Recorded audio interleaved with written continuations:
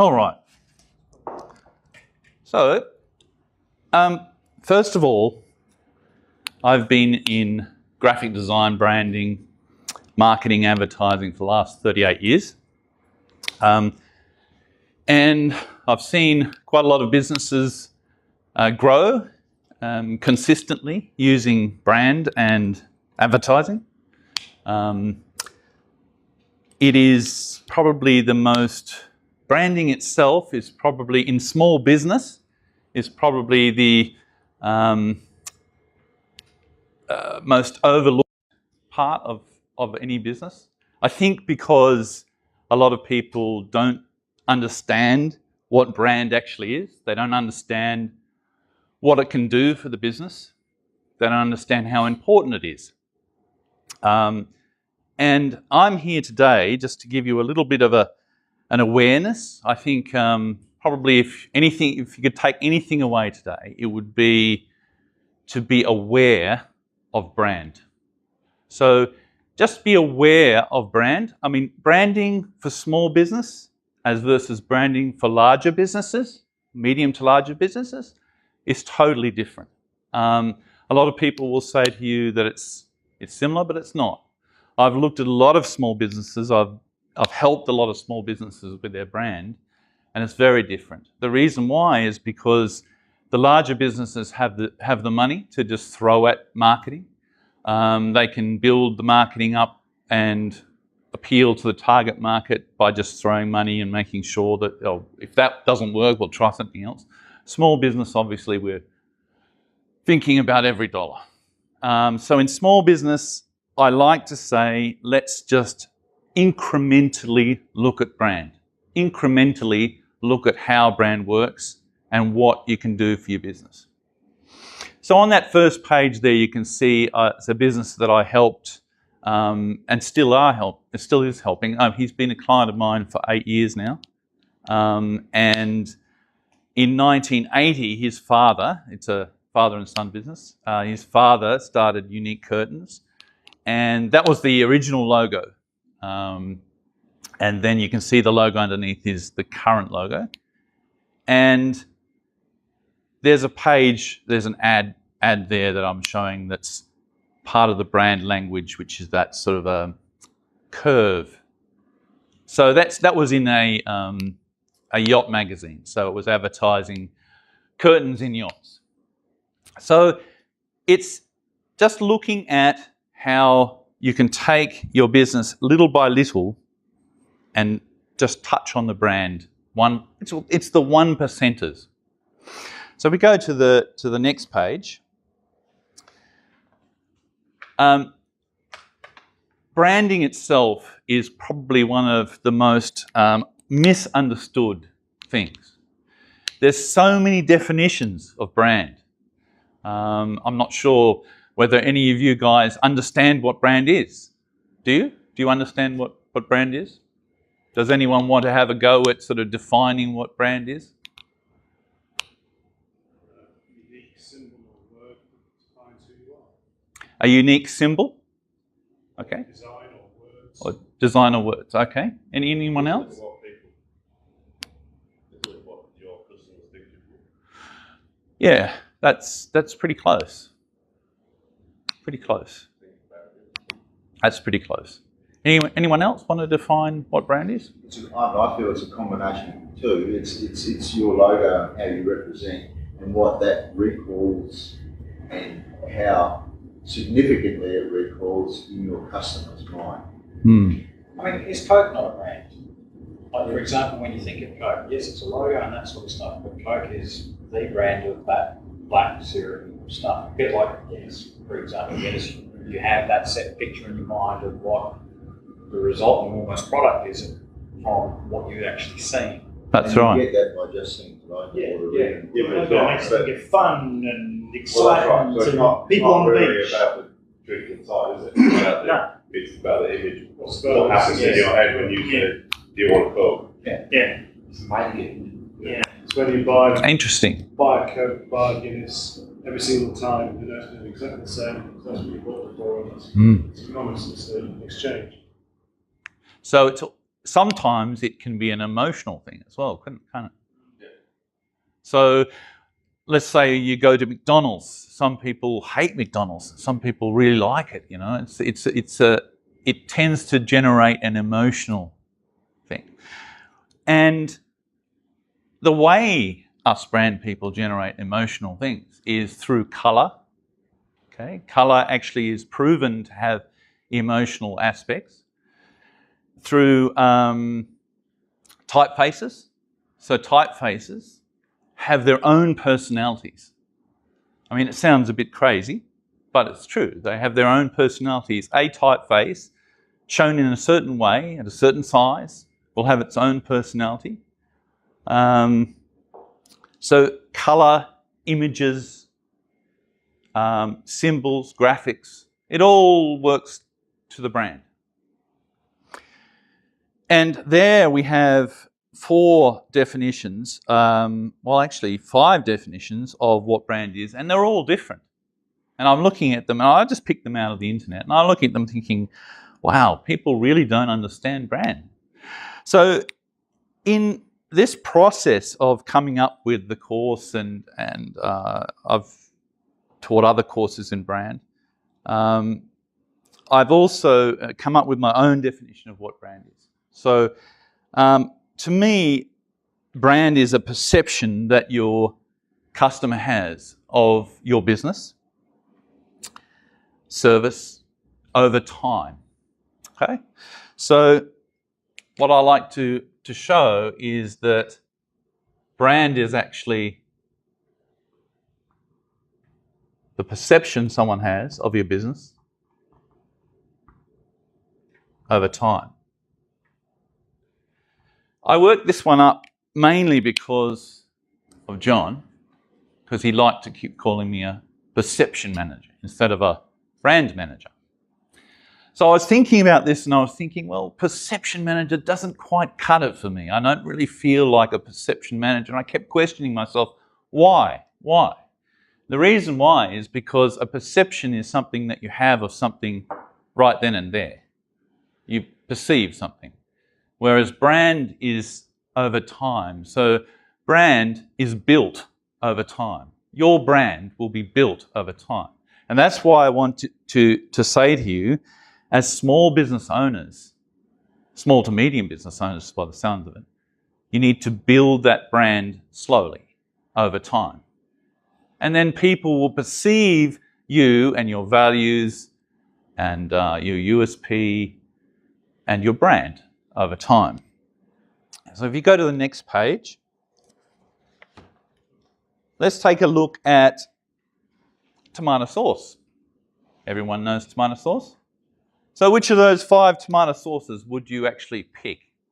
If they all lined up, you were at Bunnings and they said to you, okay, I've got a hot dog, I want to put my tomato sauce on. Which one would you actually choose? Heinz. Why? You like the bottle? I always, from way back, I always associate with beef. Yeah. So I kept it from the UK. I think it wasn't American. Instead of tomato sauce. Yeah. Ah, interesting. Now I wouldn't take it because it is ketchup. I think if you don't say that instead of do this, just screw it down. How do you control those? They're terrible. Do it. Yeah. They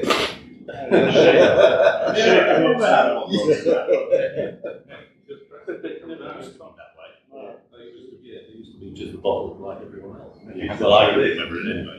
Yeah, that's true. So when I showed my wife this, she said, "Oh, I'd pick the tomato sauce yeah, that's right. I'd pick the one that was the cheapest, the Woolworths one that." And I said, why? And she said, well, because it's cheap and tomato sauce is tomato sauce. It does the work. Does the work, right? It's the I'm different again. So I've tasted all of those, taste-wise, and review, price. Ah, So that's not the brand. Okay. Okay. Depends on what occasion. Oh. Depends on what occasion you're going to be. Yeah. If you're having a large party. You buy the cheapest cheap. Yeah. If it's really close range, you're not gonna Yeah, that's right. So I guess what I'm trying to say in this is that tomato sauce is very similar in lots of ways, but brand does have an influence on you. So you are influenced. We are human beings and we have emotions, and colour and typefaces and symbols influence you over time. And I think a good example of that are cars. And luckily we've got mostly men here, and I think men love their cars. So what I wouldn't mind you doing, don't turn the page. What I wouldn't mind you doing is actually writing in here, just quickly, what you think the USP, unique selling proposition of each car is, the values, the feelings, the colours, the fonts, and the personality.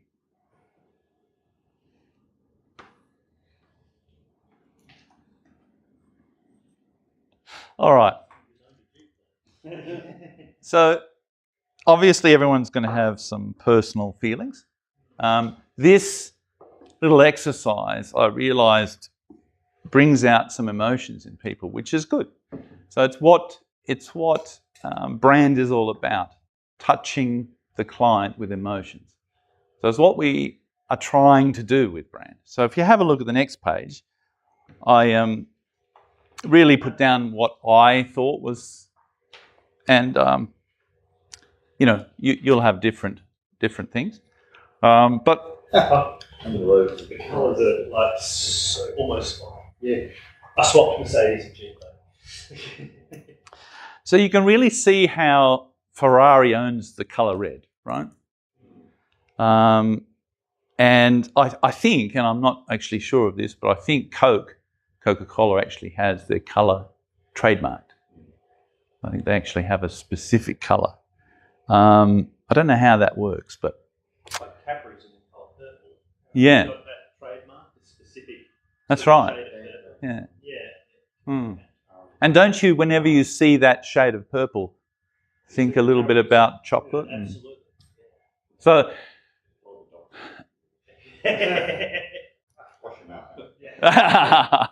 so this is actually what I'm trying to get you to see is that emotions connect with brand. And what we're trying to do as small business owners, now these are big brands. So again, they can throw a lot of money in it. But in dealing with small businesses, what we're trying to do is create a brand that is simplistic.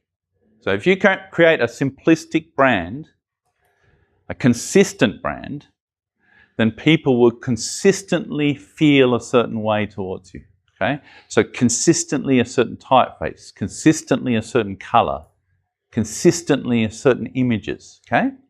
So what I would then say is, if you could define your business as a car, what would it be?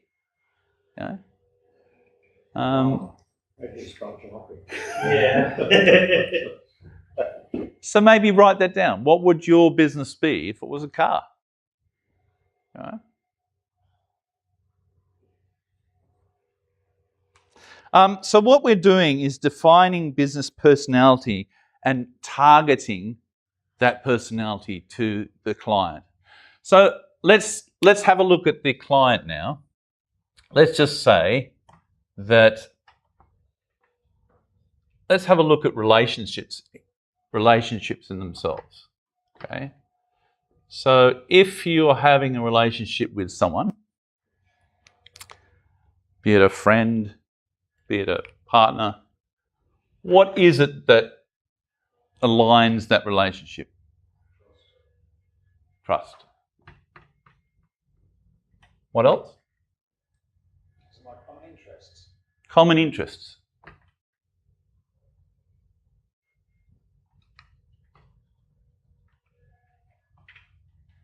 Similar values. Similar values.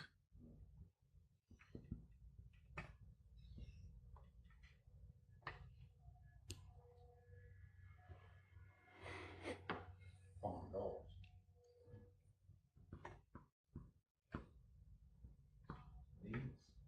Say again? Needs. Needs.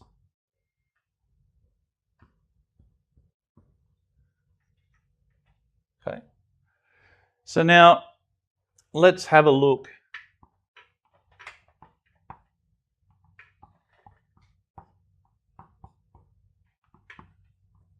at your business. Casually get a perspective right. Starting out as a perspective, but obviously not an architect. Yeah, well, you know. Your business. What is your business made up of? The people. Yeah, documents, people, Products and services. yeah, products and services. Okay. Customers and supply. Yeah. So, what are people buying? They're buying products, services, and how are they buying them? Through people. There's your customer. That's what they want to see, isn't it? So if you, let's just go to, let's quickly skip 2 pages there and go to the little face. You can see there that what your customer is seeing of your business is completely different to what you're seeing in business. So in your business, you're running a business, you're worrying about the paperwork and the products, making sure that everything works, everything is working well, and whether the staff is not slacking off. But the client themselves don't care less about any of that. They just see the business. Now, how do they see the business? They might know the business owner. They are looking at the logo, the brand language. So the brand is much more than the logo. It's the feeling that people get. So they're looking at the USPs, the business personality. So they're looking at how can this business help me? And they're looking at the staff and all of the what's called touch points, okay? So does everyone know what touch points are? Yeah? Okay, so touch points are everywhere that the client will touch your business. Not literally, but they'll see the logo, they'll see the brand language, they'll see the products, they'll see the website. They'll see a typical small business, you'll see all of those things there, presentations, packaging, internal documents, advertising, direct mail, social media, how people answer the phone. And Emails, how you actually send emails, what the email message says. And in fact, there was a lady, Janny, who actually has a whole business on how you answer emails. That there's a certain way you should have an introduction, a certain way you should have a conclusion. And so all of this stuff the client is seeing, and most of it is brand. Not all of it, but most of it is brand. So most of it is brand and creating a feeling. And what you need to do is make sure that your client is seeing what you want to project. Now, what do you want to project? What is it that you want to project? Let's think about that. So what you want to project is it what you feel about the business? Is that what you want to project in your brand? I will claim that because if you set yourself up to be something that you genuinely are, you're setting yourself up apart. You won't be consistent. Yep. And it won't be right. And even in life in general, you shouldn't be something that you're not. Exactly. Because it's pretty hard to maintain. That's exactly right. So what you need to do is you need to do what? You have a business, you have a personality, right? And the smaller the business, the more the business is that owner's personality. The larger the business, the less it is. But we're all working directly off the leaders. The leaders are always the ones where the problems or the solutions come from. So you're creating a personality of the business. Now that personality needs to be directly compatible with your client. So you're building a brand that is directly compatible with your client. That doesn't mean that you shouldn't be yourself. What it means is being yourself, what is it? What is the unique selling proposition that you as yourself can give to your clients? And when you've worked that out and you've worked out what your values are, how are you going to make that reflection to your clients? How are you going to show that to your clients? What is it that you can do to show it to your clients? Exactly. So where the clients touch your business, they look on your website, they look at your signage. The more consistent that message is, and the more consistent to your target market that message is, the easier your client is going to, in their mind, buy.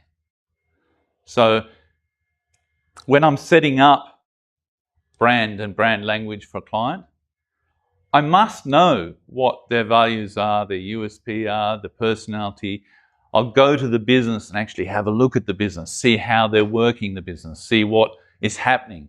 Understand that business as best as I possibly can so that then I can create a brand that will reflect that business personality and the target market. So the target market is the most important thing because you want to sell stuff. So the three things is your USP, your target market, and your values. So you must know your target market, and a lot of the time what people do, I know that, have anyone heard of HubSpot?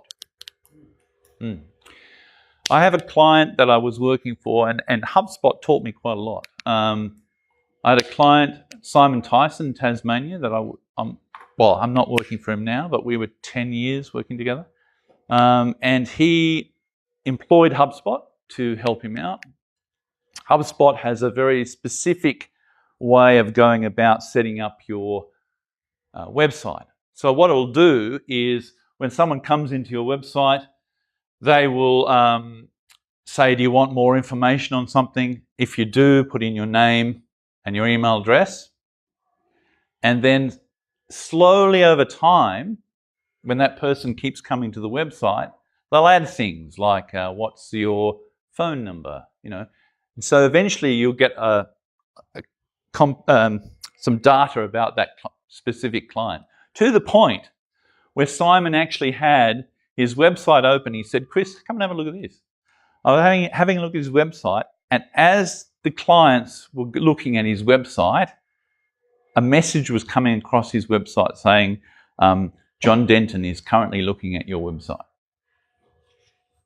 Yeah, it's pretty amazing stuff. But as you are looking at these touch points, you're getting a feeling about the business. And just as you come up to someone else and you say, oh, hi, and you've never met them before, and they decide what kind of person you are just by talking to you in the first few minutes. Exactly the same is with brand. As they're looking at your website, if they're seeing your signage, they're deciding what kind of business you are and whether they want to do business with you. That's the way humans work. So it's really important to know your target market and to define your brand exactly to that target market. So make sure that you're targeting that market. If we go back a page, what I've got there is just a few questions. You don't have to answer them now, but just a few questions that you might like to ask yourself. And a good brand, one, differentiates your product and service from your competitors. How would it do that? How would a good brand differentiate your product? The feeling that it generates within customers or potential customers.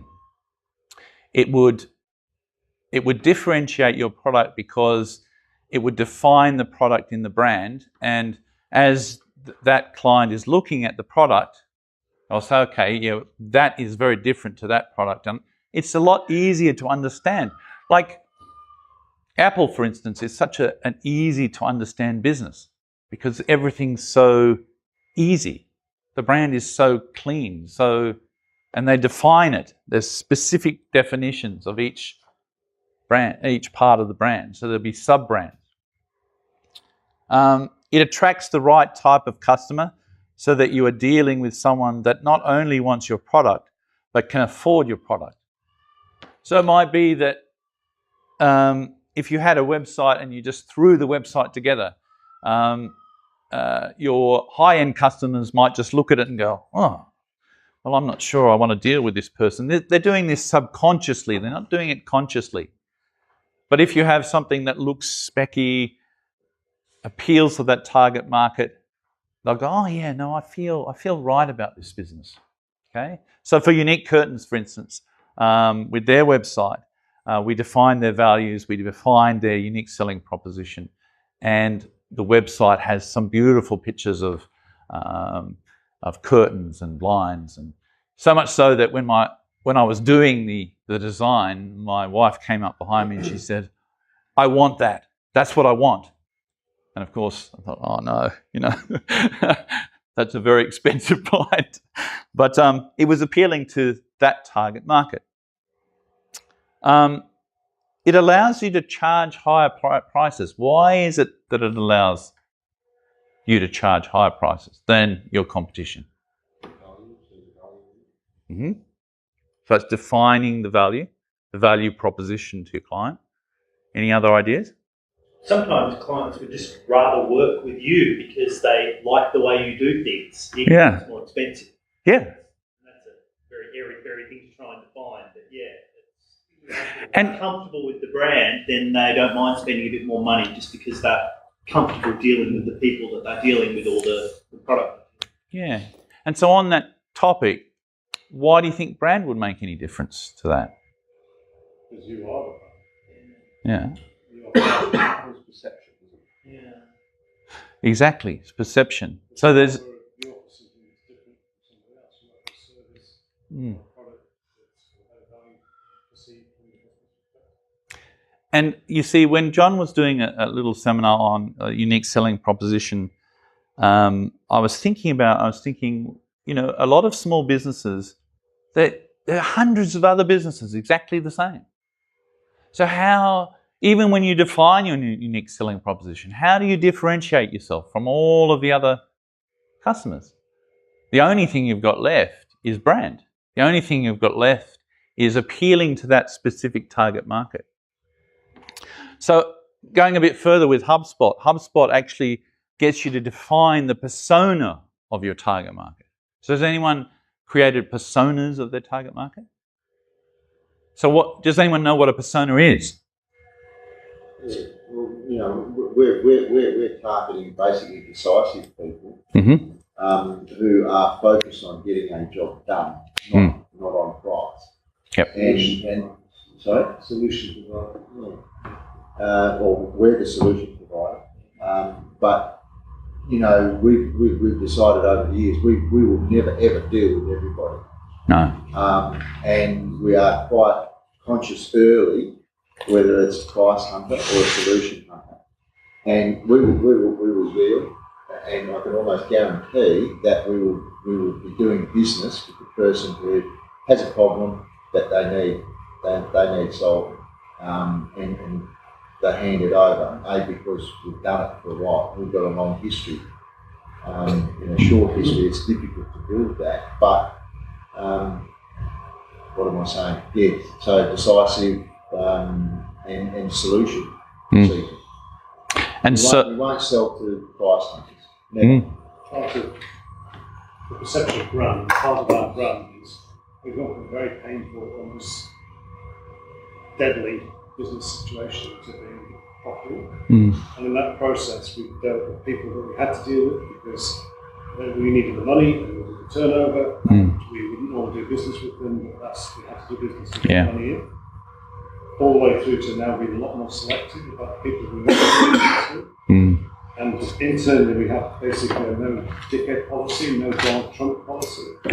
So if someone's not paid us on time in the past, then we've been really difficult with this. No, they've gone. Suppliers, if they've been really poor suppliers, poor quality, no, they've gone. So now we're looking at people, decision makers, people that want to do with us a good business, and we'll do the same with them. And we'll always provide the best we can, and we promise something, we deliver it. So that way, our brand is trust and honesty and reliability. Mm. And trust and honesty and reliability should be defined in everything that you do. So to create it really simple. So the way you could actually filter out those people that really aren't reliable a little bit is through your brand. So it's not something that as soon as you look at a brand, you'll go, okay, well, I hate that, so I'm not going there, or I love that, so you know no, I don't hate it. I'm saying I love that, I'm going to go there, you know. So there's brand doesn't create your perfect customer, but it helps to filter out the customers that aren't. Well, Unique Curtains, for instance, if you go to, let's see. Okay, so I've got an example of a website from Unique Curtains. If you go a bit further. So everything on that website is beautiful, expensive curtains. The typography, every page has certain typography, and I'm not sure if it's printed out well there, but on the internet it's nice and bright and well defined. Their values are down the bottom. You know, so everything that defines that specific target market is shown on this website. So if someone was going to buy cheap curtains, they probably wouldn't go to Unique Curtains. And that's what we want, because his market is the expensive curtains, because he hand makes them, so forth. So that's what I'm trying to do when I'm creating a brand, is to filter out those clients and appeal to the target market. So that's what you've always got to try and do. And like I said, it's not unless you've got a lot of money, it's not just an instant, okay, we're going to completely overhaul the whole business and we're going to change this and that and the other. It's a gradual process over time, creating the brand. So is this one designed to attract females? Yes, that's right. That because his market is 90% female. So, and it was a very good test with my wife, because as soon as she looked at the website, it was, oh, I want that. You know, it was a real emotional experience. I'm like, okay, I've done that one. Well, I've never taken my wife to Kingston. Yeah. It'll cost me a fortune. Well, that's why I've never taken my wife to Unique Curtains, because it's and once they walk through the door, and the branding's all the same. So the signage outside is the same. The signage is the same as the website. So you have that feeling that you're walking into the showroom of Unique Curtains, because you've already checked out some things on the website. As you walk in, a lot of the way the curtains are set up are the same as the website. The coloring's the same. And as soon as you come in there, John's there, you know, to service you and say, oh, you know, what it is that you want. And he's got his own shirts made up with the brand on it. So it all feels the same.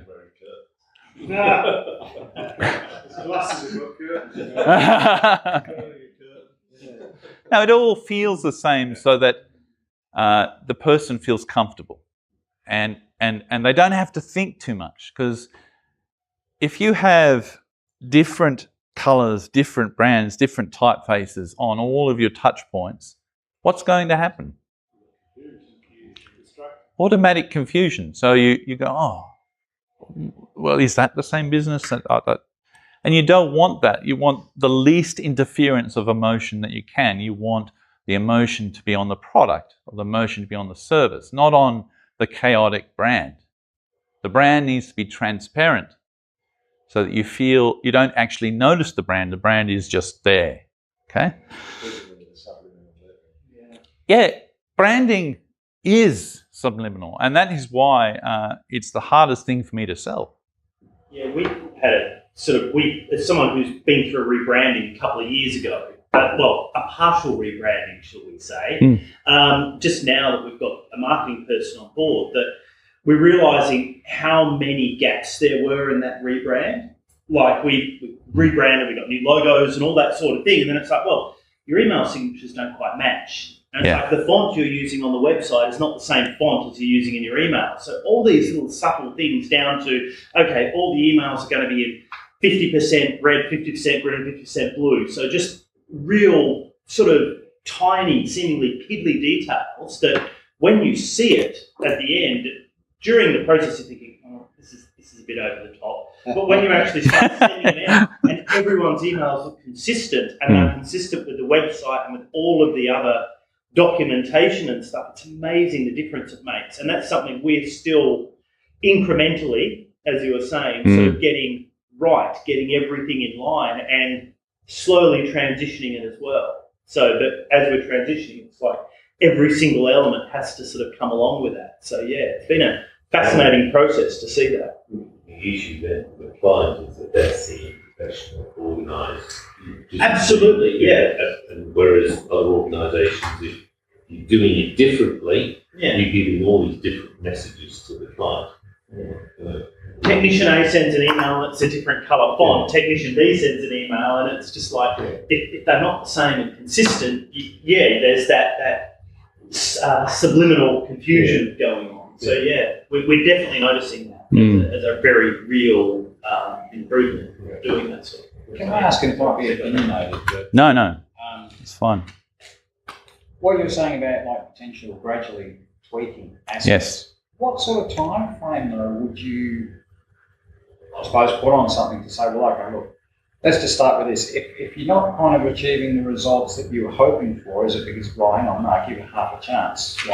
And I know you can't say sort of like 3 months, 6 months, 12 months, but there's also that kind of consideration that if you tweak something or change something that you think is going to be for the better, clientele drops off.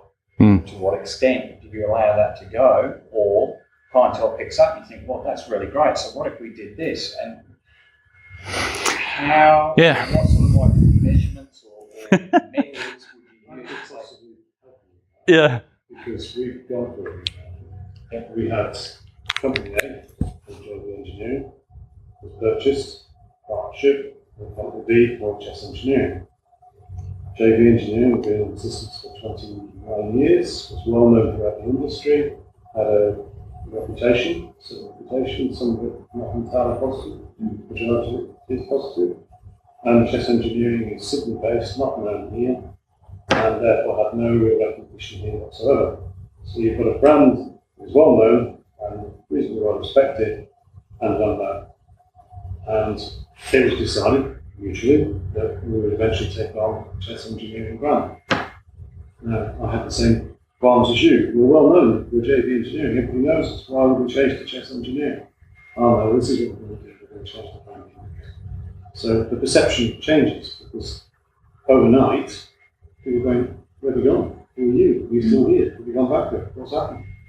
And then, oh, you're near the Chess. Oh, okay, who are they? And then you have to build that brand up in the designs.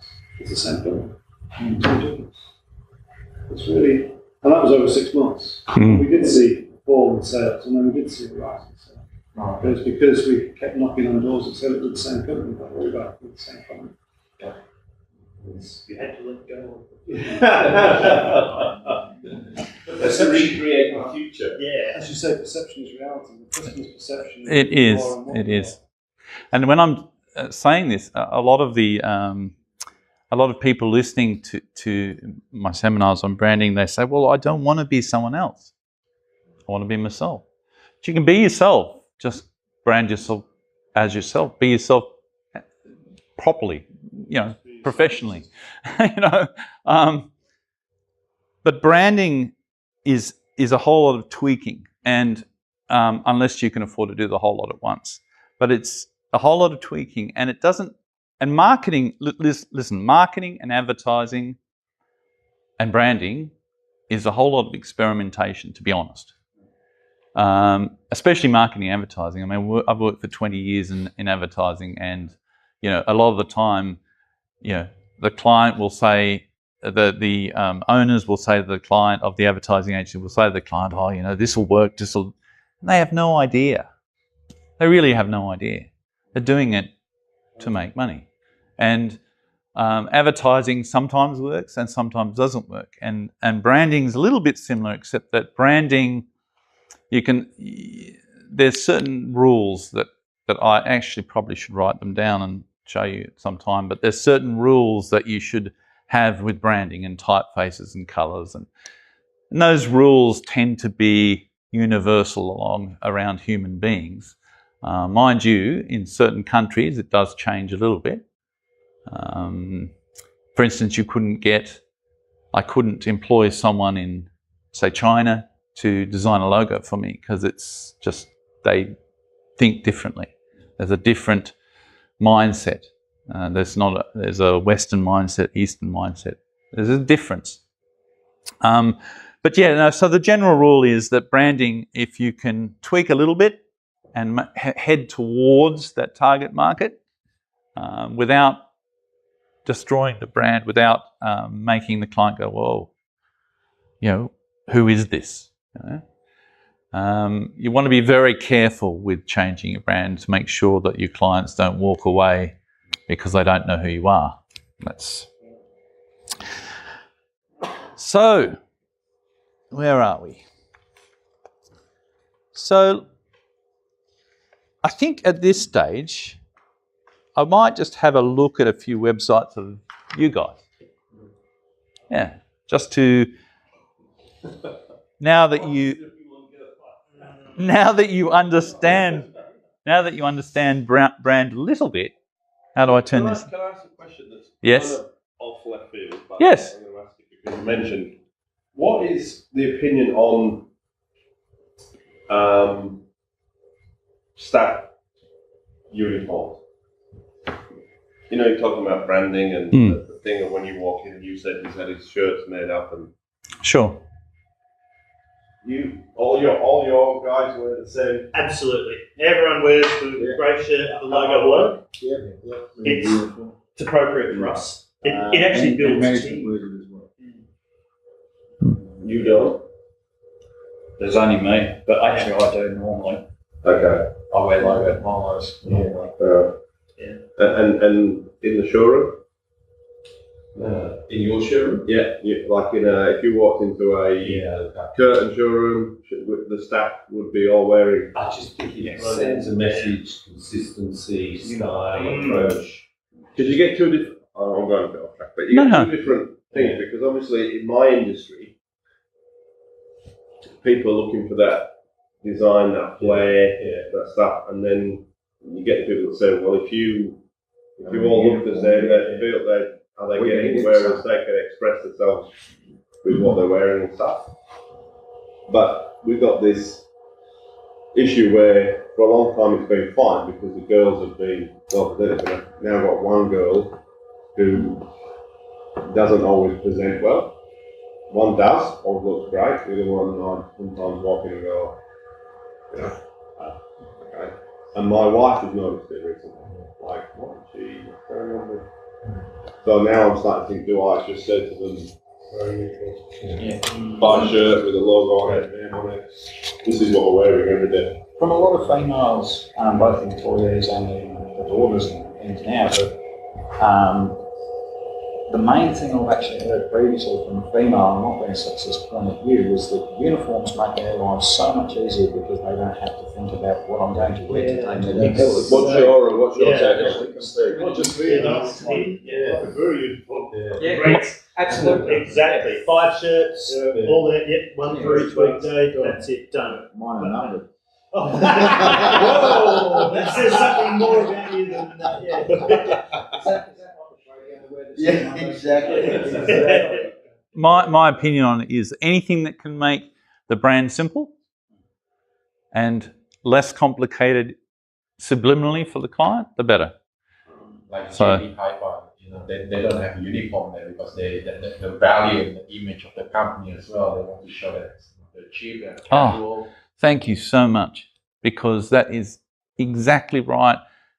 It's called heavy retail advertising. And when it's heavy retail, what it means is it's cheap and you want to make it look cheap. And so the idea of the designer is that actually make it look cheap. So if you look at the flyers and brochures that they send out, it's all yellow with big starbursts and it looks terrible. But that is cheap, isn't And it? the actual stores themselves are very industrial Yeah. and very, very raw and just sort of Yeah. thrown in exposed shelving and stuff. Yeah. But in actual fact, they probably designed that brand. Yeah. So let's go through and have a look at your business since you started to talk about it. And now that everyone sort of has a little bit better idea of brand, can I have some comments on the website? I actually really like that one. Yeah? That's nice. Mm-hmm. And in fact, Chris, I was surprised to hear you say that they wear a uniform. Who? No, this is... Sorry. Oh, yeah. No one's going to say anything, are they? Well, look, I don't know your products, I don't know your company. So what's the first? Yeah. Professional, it looks Top market, top end. my only, constructive input maybe. Yeah. The writing actually in the middle of each of the pictures, with it being such a pale background with the white writing, like that one I've lost the yellow. I can't read the yellow. It says the latest, but I can't read the rest of it. That one, the latest, yeah, but with the white background, like there, for example, you tend to lose that text in the background. I mean, if it was, the company shade of green, for example. So what's the business selling? Furniture. Luxury stuff. I can't even read Can I afford under that? the select there's a green writing there. Sort of like The light wasn't so good. It's interesting, isn't it? Listening to other people's comments. I'd go styling. Like for a lot of the American sites and all the rest of it. The furniture, everything's like really nicely laid out.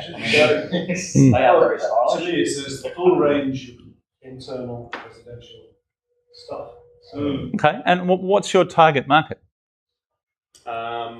What's your, is it, so let's start with male and female. What percentage? So, male and female. What percentage do you reckon? 30. 70-30? Yeah. Okay, who makes the decisions? Female, Okay, generally. would that appeal to the female market? what age bracket? 25 to 65. That's very young to modern. I think that would appeal to that market. So the only criticism I would have is the actual logo itself. It's just slightly cheapish looking. But Cheapish. yeah, cheapish looking. that logo. How long, as interest, how long have you had that logo for? Not long. Okay. How long? 12 months. 12 months. So I don't object to the logo, just the strength of the colour. Yeah. So the colour was more precise.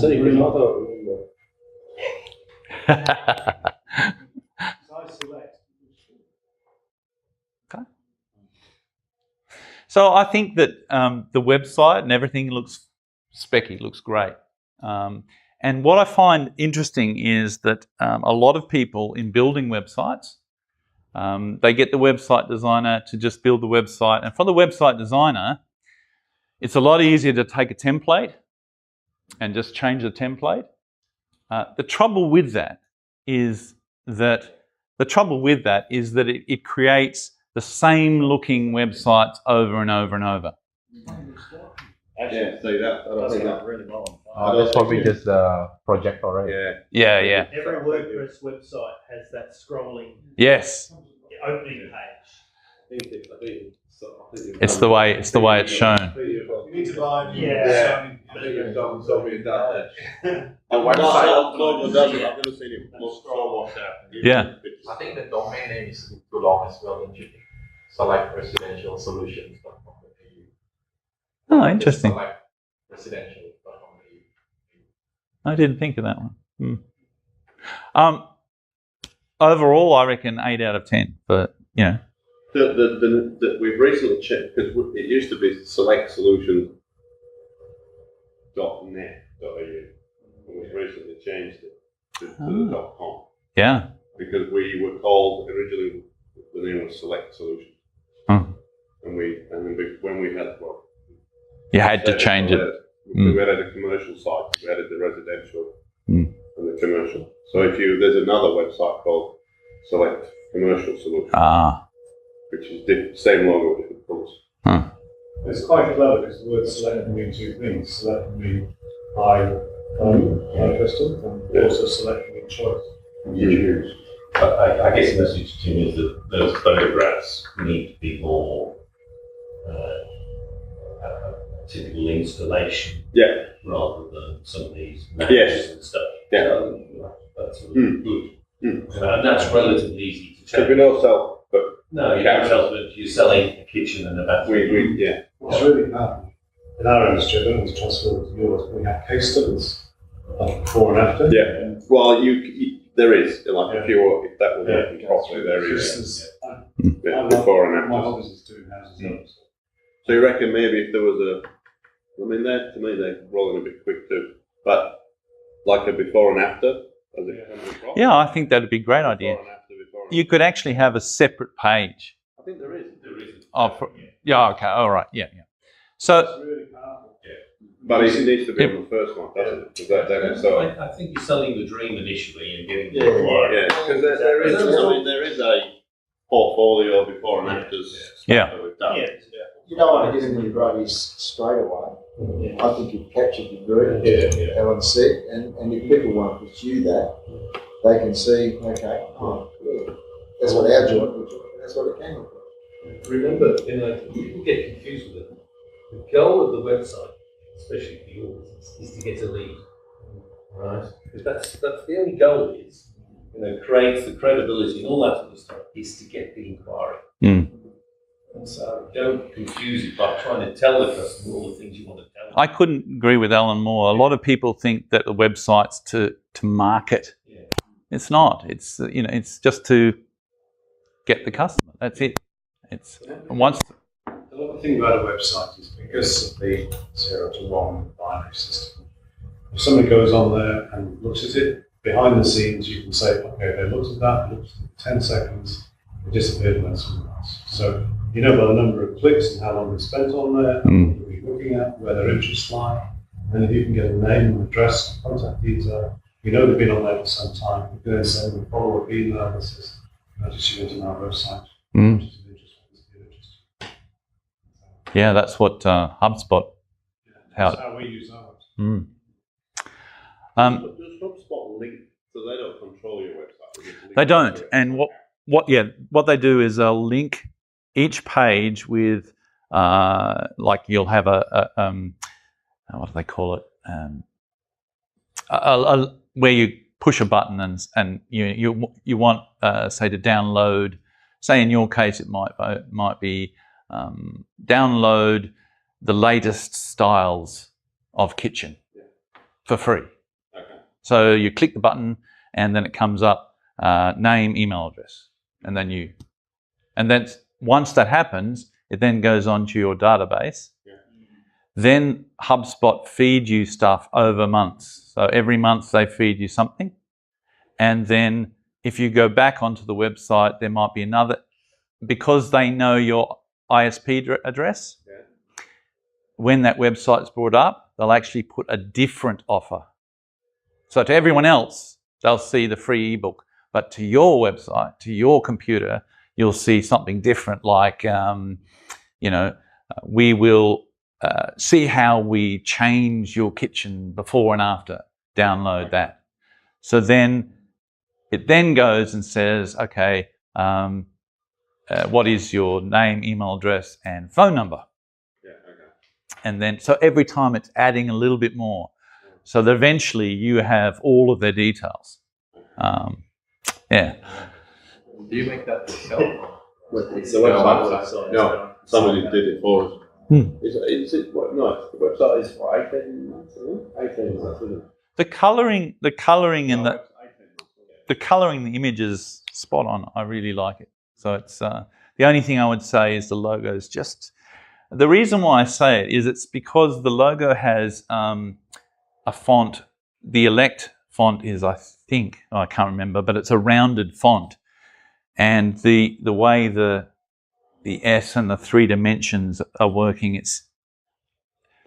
I say in my industry, you get logos to 90% of the way, and then it takes a lot of effort to get it to 95%. So I'm not saying it's bad. I'm just saying that it could be improved. So,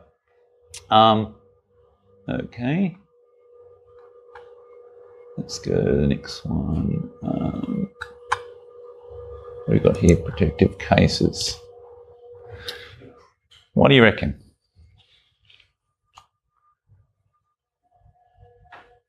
Very industrial. Industrial? Well, tell me Industrial that- is the first word that comes to mind. exactly what they do. Yeah. It's like, yeah, well, I need some cases. This is the place. Yeah. Yeah. Very precise. Yeah. Yeah, I need somewhere to keep my. I like the logo with a alligator there. Yeah, it's cool, hey? Yeah. Now, I think the logo itself has some good aspects about it, but it could be worked. It could be, it's a little bit sort of iconish, and it could be thickened up, a bit more power to it. So the logo there needs a little bit of work, but the actual look and feel of the website's pretty good. Even like the fonts shows, strong and military. Strong military, yeah, yep. Fonts as well. So you can see that the fonts reflect the brand. Yeah. Dark, yeah. So I would say that, yeah, well, it is a little bit dark even on the screen there, but yeah, it's a little bit dark. Probably could change a little bit, but overall, pretty good. It immediately says what they do. Yeah. I'll give you, see if you click along, we can control what comes up first, and we actually that's by design. It doesn't flick through. They actually have to select through, but we can control by weighting which one of the 1, 2, 3, 4, 5 things comes up first. Right. Yeah. And it does affect. It affects the response and the type of calls we get. Yeah. Wow. Unbelievable. Can you click along on those? Yeah. So that's Pelican proper. Their custom cases. It is a bit dark. There's lighting. Yeah. Rack mounts and the space cases. But it's interesting. If we change that page that they come onto, it changes the inquiries that we get. Now, see that says one thing, doesn't it? What does it say? When you go onto the website when you go onto someone's website, what's the most important page? Landing page. Landing page. Yeah. So how do I know as a customer I'm supposed to click on the right thing? It's just an internet convention, I guess. You have to have been using the internet, but I know what you're saying. You could. It's obvious to me because You could have it here, couldn't you? Rarely is it? Yeah. Oh, that's it. Even on the mobile now, it's right on the edge of the screen. Yeah. Right on the edge. It probably needs to be on the picture. Yeah. You know, like where you click it, see now it's right on the edge. Yeah. Or even a see more. Yeah. Next to the icon. The other thing is, especially on Select, and this one is, it's the call to action. Yeah. The most important thing is about getting the lead. I mean, in your case, in perhaps your case, it's more information. Yeah, still information. Yeah. But what is it? What's the call to action to get them to actually do something, to get the inquiry? Yeah. And that's the failing that most websites have, is the call to action. What is the call to action? It says, okay, well, we've told you this information. Yeah. Then what? The brief of that website is to vet people out, Right. not to include people in. Okay. Yeah, as aggressively as possible. Yeah. Really, it is. I like the fact that just having the word military on there makes you think, oh, she's military, it must be pretty good for me. Yeah, exactly. Jeez, the army's going to use it. And this is a technique that actually we use sometimes in branding. Is I was doing a logo design for a large company, and they basically IT, I think. I've forgotten what their name is now. It was a while ago. Vision. No. Anyway, I was redesigning their logo, and when I brought the concepts to the people to have a look at, they said, "Oh, we really like this." And I knew what I'd done, but they didn't know what I'd done. And they said, "Oh, yeah, no, this really, really good." And what I'd actually done is used the same typeface as Microsoft and the same colouring. Yeah. So it's familiar. And it was familiar to them, and they just loved it. And they didn't know why. And they didn't know why. Yeah. But see, also, the good thing is that their clients will see that and feel the same. So dragging someone's brand that is much bigger than themselves and using it to your advantage. The other thing, I can remember seeing something from Google that says, okay, these are the hotspots on a page where people look. I noticed that the telephone numbers on the left, top left, was traditionally on the top right. Have you got any views on that at all? No, I really, not being a web designer, but in terms of brand itself, I really wouldn't have thought there would have been much difference. But because we read from, so traditionally we read in a document this way. So so we'll go, but we're looking from top left down to bottom right. So in my training, when I was teaching graphic designers, you should always put the most important thing on the top left. So, you know, if the most important thing to you is the phone number, then perhaps you're right. Perhaps that would be the way to go. You can tap on that phone number on a mobile device, because that's one thing that just pisses me off so much. You pick someone up on the phone and go, "Oh, well, I'll call them." So now I have to go to the phone and type it on. What was the number again? Tap and go back and forth. It's got to be a tappable. It's got to be the simplest way. Absolutely got to be a tappable phone number. Yeah. Question for Greg on this one. Why didn't you make this a scroll? This one. Well, I find the irritating. It's a personal one, and this is not about the customers. I have a funny view on those sorts of things, and we can control the landing platform. And sometimes when we are chock-a-block with custom stuff, I hide it. If we've got tons of what we call potential time, space available, I'll put the custom phone one on the front. Yeah. And we kill these phone calls. That's actually quite relevant, really. If you think about it, if you had it scrolling, then you're giving equal status to everything rather than specific status. And I understand what you're saying, but then people know, oh, well, they don't do space access. Well, so question, knowing that you put random parts 1, 2, 3, 4, 5, do you put number 1 Monday, next one? I should do. So do you quantify how many leads you get a week out of your online? Yeah, we do. Yeah. But, we're starting to do a lot more of that number. Right. Okay. But we're cognizant that changing that will affect the tone of the inquiries that we get. And you focus it on what we have. Do you do AdWords as well? No. I'm a real skeptic. You're a skeptic. I'm a skeptic. Why are you a skeptic about AdWords?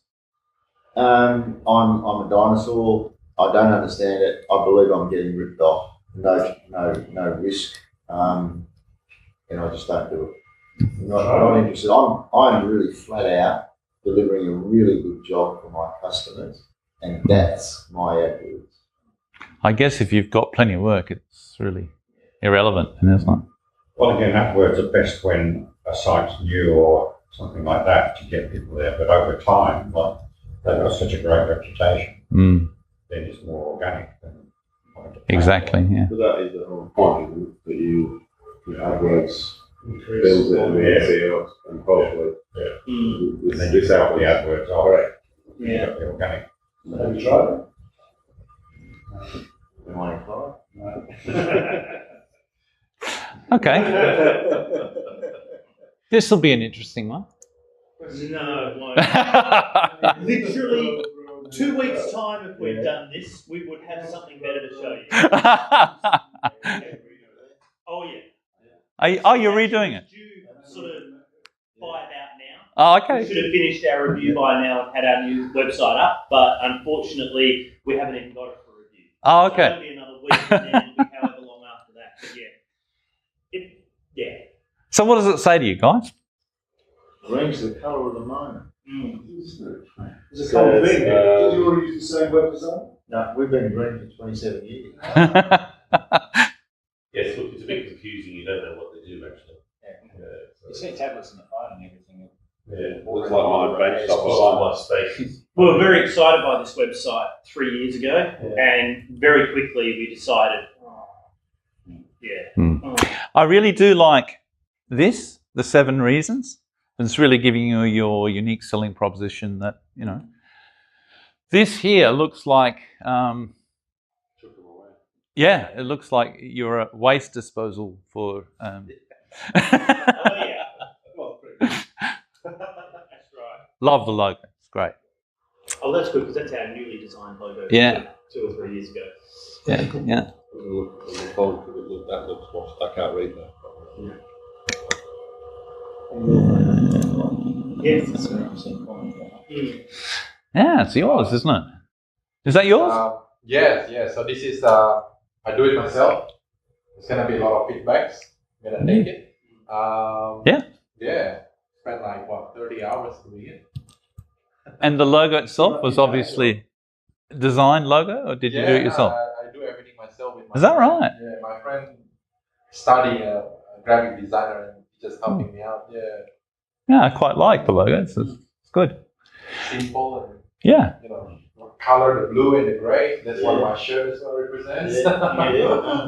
I also like the way every aspect of your business was shown in the slider. So you're showing, you know, first home buyers, commercial loans, refinancing. So it's good.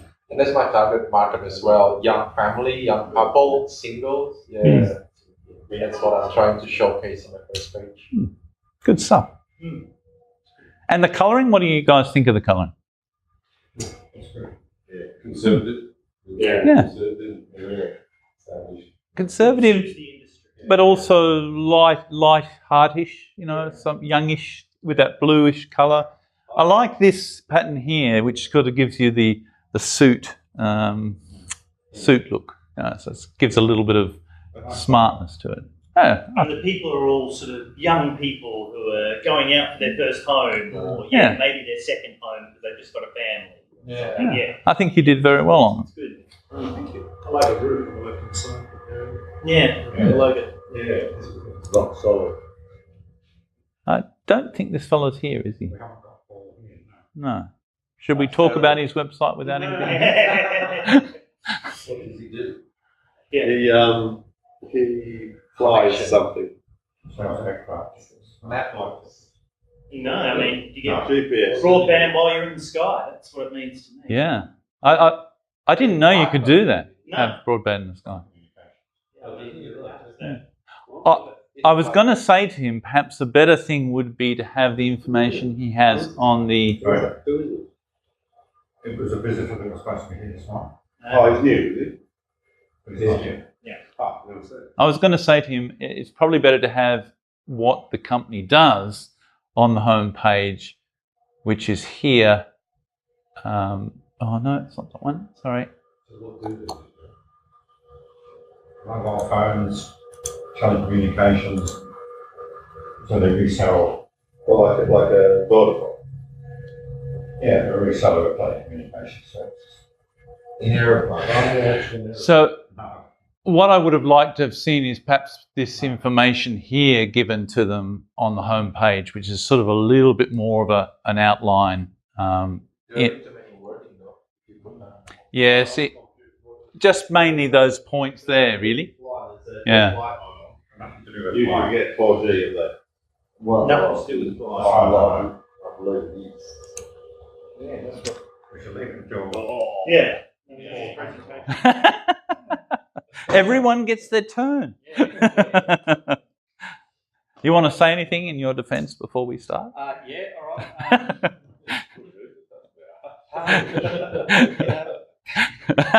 Partly that one's that one's probably near 7 or 8 years old. We actually did do that one ourselves off a Weebly framework. And same things, no, we haven't actually put a lot of focus on that, mainly for the simple fact that the opportunities are coming from a lot of different angles. Like, we're being referred, yes, by our existing clients, but for whatever reason, there's another industry website called Need a Broker. We get a heck of a lot through that.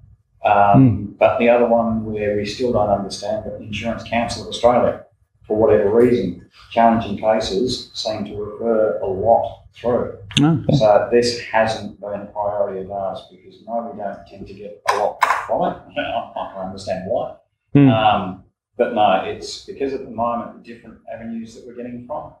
The first, and as I said, bad business kind of decisions, but the first website that we actually had built was brilliant, but it cost us 15 grand to do. Wow. Now that for a startup, small business and all that sort of stuff was a heck of a lot of money. That is. That was a business partnership that effectively went feral. So I sold everything, the website, the entity, everything to them, and that's where this one actually effectively came from. They forked out, from all accounts, they forked out another 7,500 just to have certain aspects of the site changed. So we said, no, we just want something really basic, really cheap, in the background for a web presence, but not as our main driver as far as Sure. picking up new clients. So what you're saying is really you have a lot of business, so really the website's not that important. It's not, certainly hasn't been a priority, no. I mean, we've tinkered with it and played with it if we get bored.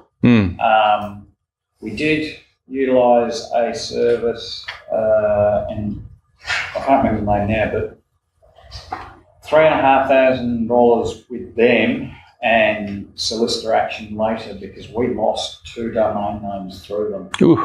The original domain, when we first set all of this up, it used to be inspiredinsurance.com. Even now, if you actually type the .com in, it'll come up with page not found because through this other entity, somehow we ended up with Bay 452, I think it was, in New South Wales. They ended up with our domain. You put our domain name, and their bait shop came up. So when we went back to the entity, it was a case of, look, what you have to do, and they actually told us we had to go to this bait shop and go and get authority for our domain name back, despite the fact that they lost it. So we let it go, bought that, and just put an absolute basic thing up. Yeah. So I guess all I've got to say is to make sure that all of your brand is consistent. So even if it's a simple website, maybe make sure that it's consistent. And if the typeface Eraz is consistent throughout your, like for the rest of the marketing, Yeah. business cards, brochures, anything like that. Because same things. For the sake of these, what we were saying, they're standard Microsoft colours, standard Microsoft font through absolutely everything. Quick, easy, and then I had access to it. I didn't have to go back to the graphic design we had in the first place. I didn't have to go back to him every single time to say, well, hey, do you want this done? Oh, well, fine, now we've got to transition all of the marketing across because he was the only one that had the font, the colours and everything. I mean, originally the colours were actually blue from our first entity. But as I said, I just literally grabbed straightforward, simple, readily available, easy just to do it. So what? Interestingly, Tim's just pulled it up on the phone. That logo and contact details, none of it actually comes up on a phone. You've got your pictures, but no, nothing. Yeah. Interesting. It's not reactive design. Responsive, yeah. And something else someone told us the other day was, as well, which your one, I've just changed mine, is that like your one doesn't scroll. Yeah. All the ones that scroll, generally, as soon as you scroll down, the phone number and everything disappears. So if you're reading down and you then want to call them, you have to go back to the top, press the thing. Whereas that header So should you try actually and stay get that there. header to stay at the top. So literally, as you're scrolling, it's still there. And they go, oh, they do that back. that and the call to action should always be there. Yeah. So it's websites can be there for very different reasons. You know, if Absolutely. your business is based on referral, I reckon that's strong. No, I agree with you. Better marketing than that. If I get referred by a mate, you know, that's a little bit of reassurance. Yep. Reassurance, not reinsurance, but reassurance. Because I can actually go on there. Yes, you've got a presence. You've occupied the space, and it's industrial, it's commercial, it's everything that suits me. You know, I'm not trying to insure a football player or a whatever else. Do you know what I mean? And hopefully those pictures reflect the industry that you occupy. Yeah. Therefore, for mine, it's doing its job. Exactly, yeah. No, I agree with you. And I think that every touch point has its relevance. And, you know, if a website's not really something that is going to bring in a lot of clients, then it's not. It could just be an information exchange. The previous one that we had, I mean, the very first business when I first started, 2006, I literally had started Simple Insurance Services. And unfortunately, that name actually attracted the clientele that it represents. Yeah. we did. We spent, in fact, at the end of, I think it was the first 12 months, despite the fact we pretty much did any new business we could, we went through the portfolio at the end of 12 months and got rid of as much as we could because all we attracted was respectively simple. So to speak. The middle business, which I won't say anything because it does still exist, but the middle business, a lot of money went into it. Absolutely, their site still looks good and all that sort of thing. I was a bit disappointed that they kept all the content that I wrote, but that still exists. This, by the time it came around, as I said, literally was for that presence, because despite the business side of things, we kept our portfolios. As I said, the majority of it came from that, and each time when we do ask people that bring in for the first time, need a broker and the Insurance Council of Australia are our two strongest avenues. They don't know me from the bar of soap. But for whatever reason, I don't know if they're getting positive feedback, but for whatever reason, they're the two avenues that we're getting the majority of business through. And that's great. The need a broker I can understand because of the industry, but the Insurance Council is trying to blow us away. That's a weird one. Do you, I mean, the obvious question is, have you not asked them? The Insurance Council won't tell me anything. Need a broker, as I said, because it's an industry based. Do you register it? The need a broker? Yeah, that one we do. That's through the National Insurance Brokers Association. All registered brokers pretty much go up on that. You type the postcode and it lists a number of brokers in your area. But the Insurance Council, I have asked them before, and the people I've actually spoken to don't seem to know anything about it. But the leads that we would get from Need a Broker are almost matched by what we're getting from the Insurance Council. And that, no, we've got no idea of that because they're literally a government agency that looks after it. They're not supposed to be a referral source or anything like that, and certainly not. I mean, they may be giving 3 companies out, I don't know. But the lead avenues, they're almost on a par that we're getting from both of them, which that does surprise us. All right. Have I covered everyone here? Select. I think I have. So, oh, yes. What is yours, sorry? Chess Industries.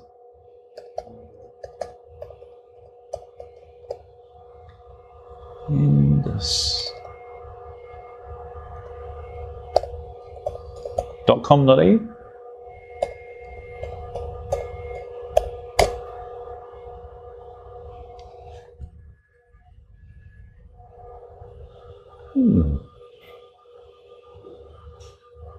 Comments, guys? That's what it says on the tin. You make steel products. Yeah. You can absolutely see that at a glance. Yeah.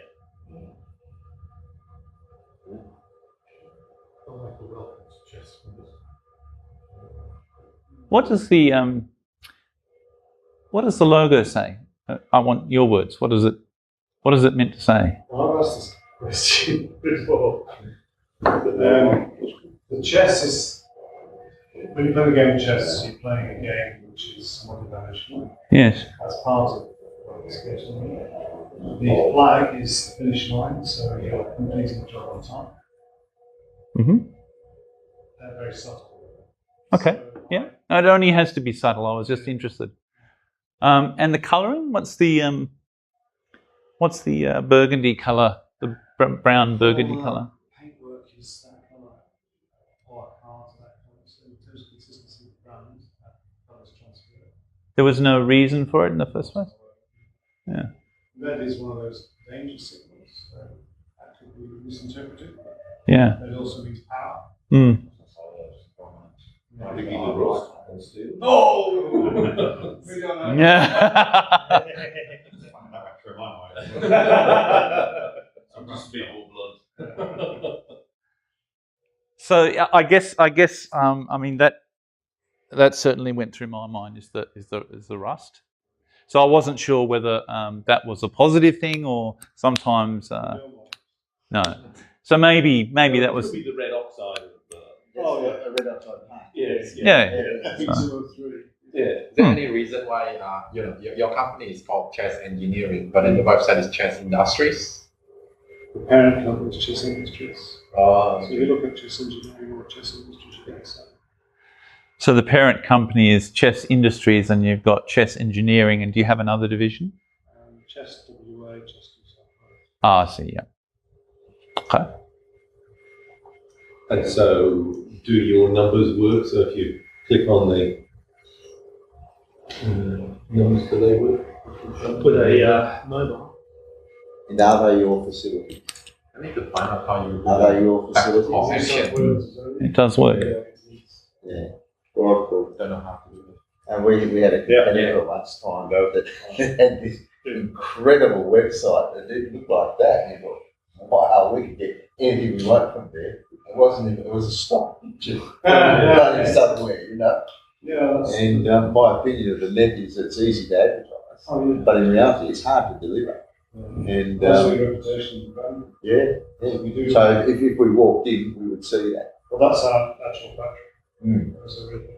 Yeah. So, there's that reassurance. Could we do ours, John? Are you willing to be? You know, the other thing, my honest thing is that press on the phone, you've got to press that tiny little phone. I'm sure most people in your industry got big hands. Yeah, the phone normally should have the phone number that you can click on, so you can see It's the just a number really as well as small. tap on it. So it's fine to press it. Like I pressed it and It's interesting. the directions thing came up. I think it was quite right. I'm always That's looking stuff up on my Yeah, phone yeah. and wanting to read. Well, the phone's placed. Everything. Oh, this is the internet. Yeah. If you actually, sorry. Sorry, could you do business owners board and let's get Hey. John, I'll sort of. You can do mybob.com.au, it's shorter. Oh, okay. John's been working on this recently. so this will be perfect. You see, this will be absolutely perfect. Oh, that is perfect. Do you get what a stand? Yeah, because you've got an exposed plane on the website. Oh, yeah, you can John, click why straight have to we the got that? Because form that's I in think you must have mistyped it. My Bob, mybob.com.au. not my booble. No. I'll go for businessownersboard.com. Yeah, but we only use businessownersboard.com. Yeah. Oh, John's got a picture of each of us, and then Alan sat down. What does that say? I'm talking to you. .com.au.au. Spawn in the corner. Yeah, any change. What's that? I'm just saying that if I press that, then it's going to ring you, isn't it? Hey, Oh, that's bad. Oh, it doesn't come up. Okay. There's no number on it. So what is that saying to you? John made a mistake. You need to get a little projector. That's saying that John Still need to lose it. thinks he's the. What is the unique selling proposition of Bob? Well, if you scroll a little bit. Ah, you scroll. But that's what you don't want to do. But let's scroll a little bit. Oh, it says it on Well, yeah, that's the text that comes up on the picture on there. there. Yeah, as you can see on here, I'm saying unique. So But on the phone, it's right picture, so it comes up central. Accept the feedback, and that's what we're going to do. Don't be fair. Yeah, there we go. Use the bulk process. That's it. So tell us, guys. Tell us quickly. What are we doing right? And what are we doing I like the illuminate, Like the logo. red Yeah. line. Yes. So that's innovating using red. Says what you do there. Yeah. Other than those two old, ugly, overweight. I actually don't like when you put a community of members just in the middle of the picture there. Yeah. It's kind of like it's just cut and put there. It's sort of stuck there. I think the phone number is not there. Yeah. I guess there are like other social media like Facebook. We all like, like from our website we put like our Facebook logo or our Google Plus, Instagram. You can see it on the website there. And there's no direct phone call, so you can't. I think that's just what you just said, isn't it? Yeah. You could actually cut this out here because you've already got it up here and put this in the middle. Okay. Yeah.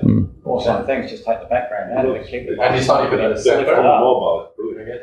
Because it's got all that stuff you just said that you should do. Yeah. Just doesn't show it there. Okay. If you scroll, If you scroll.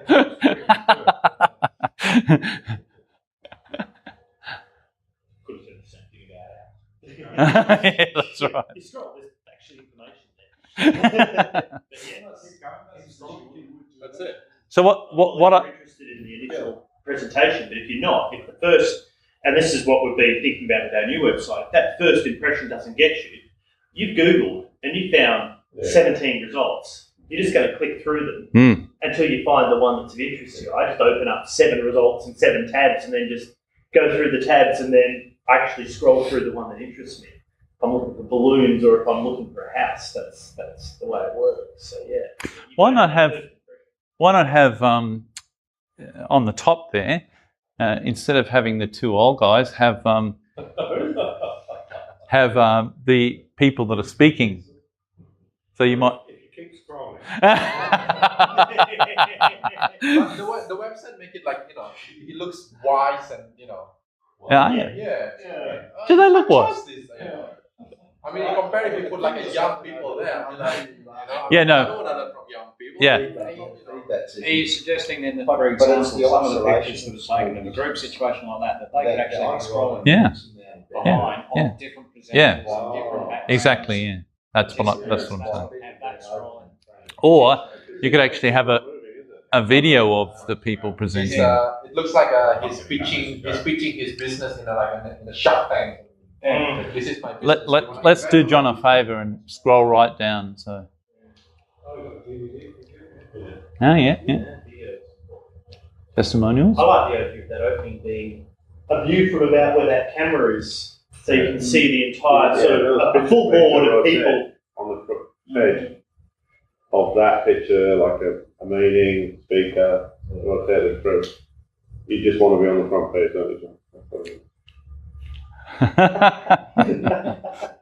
Well, Greg already said, somebody said, WordPress site, it's always that same scrolling. Yeah, that is so 2017. I mean, the scroll is so 2017. Ask web designers and they will tell you that. That's old fashioned already. What's Scrolling the new WordPress is having a compelling main image that will encourage you to scroll through and see the rest of it. What's That's all the, this new again? I know. It's, look, ask 3 web designers and you'll get 3 different. Yeah, that's I right. only say this because we're going through this very process. Right at the Painful moment. process. Yeah. It's painful. It And is. it's always It's late. painful too. Always late. How much time have I got? Minus 15 minutes. Okay, so I'll just quickly wrap it up. If you go to the last page, so 5 suggestions that I have would be: 1, change the homepage of your website to reflect your USP and your vision. So, as much as you can, and like I said, there's little tiny things that you can do. So, if you change it so that at least the USP is up there. I know IQPT, yep, PC, had their 7 dot points. I thought it was very good. It just listed out. These are our USPs.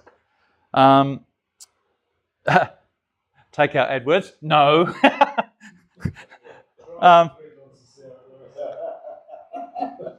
So the second one won't be for some people.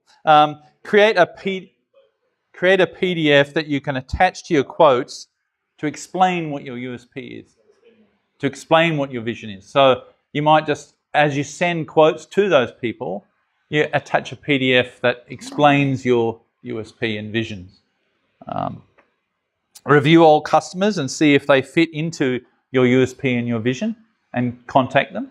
Sorry. And the final one is just to review how your staff is answering the phone, and how they appear. So, whether they have... And not just the phone, but emails as well. Yeah. We've had feedback that because we answer emails within 5 minutes, we're fantastic. And thank you very much. I'm honoured to be here. So.